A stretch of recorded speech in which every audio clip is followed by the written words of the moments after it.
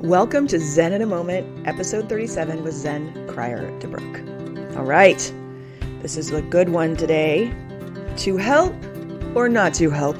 That is the question.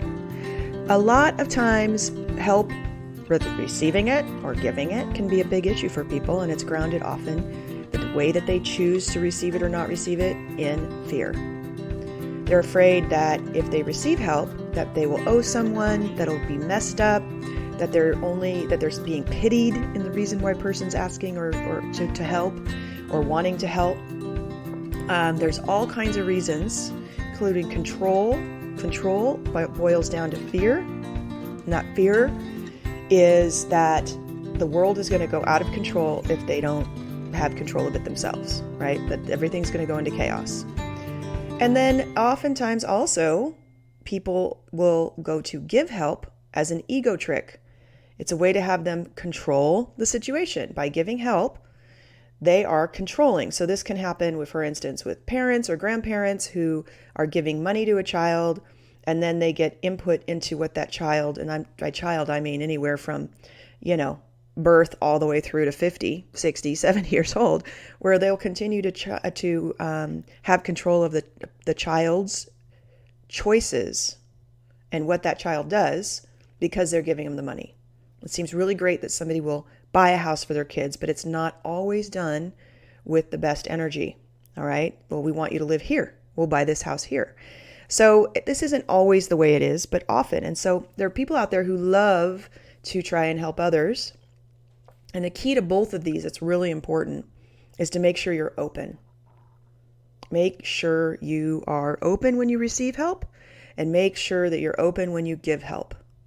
Right? This is very important because you'll notice when you go to give help, if you're closed, you're doing it out of your childhood programming.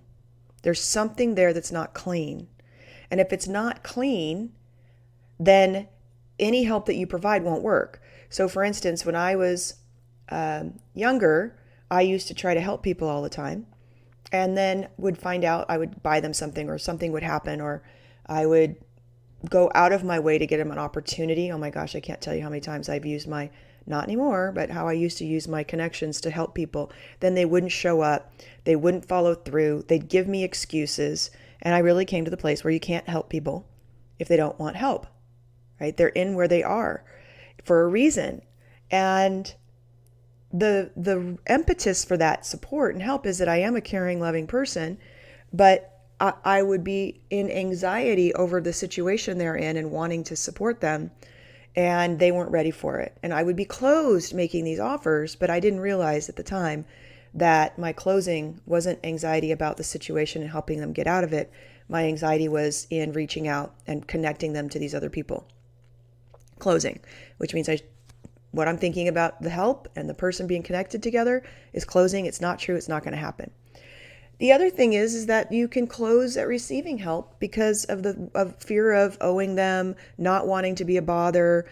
For me, for many years, and for many of my clients and students in the Smart Soul Academy, there's a real struggle with being able to ask for help or receive help. And I was one of those for a long time. I would try to do it on my own.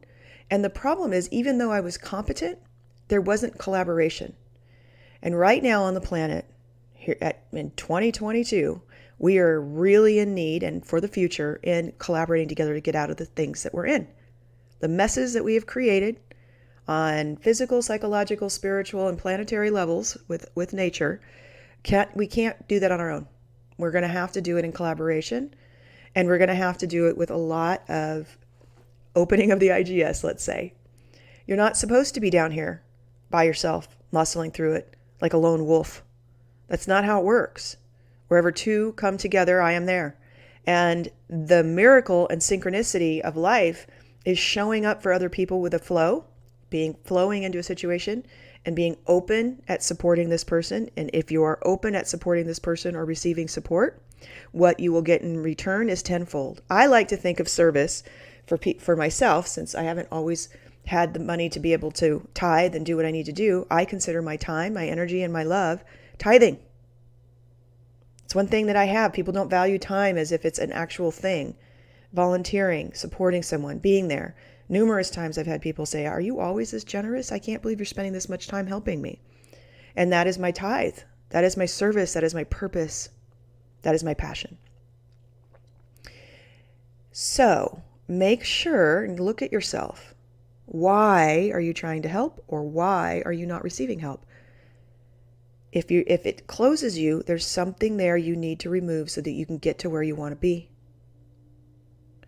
And if it opens you, when you think about receiving help, go receive the help. Go look for help.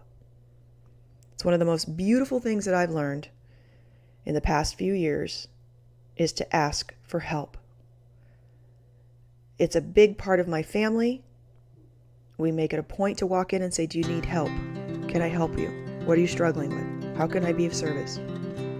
And also asking for help, but only if it opens you. If you don't know what opening is, please go to smartsoulacademy.com. We have a monthly membership there that is very reasonable. One has coaching calls and one is a do-it-yourself program. And I have 13 programs in there that walk you through all of this. The very first one, Stress to Happiness, will get you started on using your internal guidance system within week 1, and it builds from there, and life changes. All right, I'm sending you love and blessings. Go forth and have an amazing day. Thank you so much for taking the time to listen to my Zen in the Moments mini pods. I'm on a mission to eliminate mental fear in the human species. I truly know that the closing of our internal guidance systems is letting each and every human being on the planet know that what they're thinking is out of alignment with what is going to create love, harmony, compassion, discernment, and peace. And that if we all learn to follow our internal guidance system, discover our openings, we will be in flow and in harmony together, and we can create the world that we love. Now, this is not something we can do by ourselves. That is why I have created the Fear-Free Human Collective. The collective is a community of people who've come together to get training on how to use their internal guidance system. It is an amazing experience to be with a group of people who are looking at their closings, taking responsibility for them, and then working together to find openings. Because when those openings happen, magic and synchronicity are the norm. If you are interested in having a group of people who are going through this experience together and are changing their worlds to where, miracles become the norm and we can celebrate them together as we have an extraordinary life by influencing people with our opening and our love and our compassion, that I want to invite you to go to BeFearFreeNow.com, BeFearFreeNow.com, and become a member. We have a free level, a level that is $27, $47, and $97, depending on how deep you want to go with the training and how much coaching access you'd like to have, and to be in a group with me, to be able to be in a discussion with me on how are we going to make this happen on this beautiful, exquisite planet we live on. So please come check it out. I'd love to have you join the fun. Join us all at BeFearFreeNow.com. Thanks so much. I'm sending you love and blessings. Bye for now.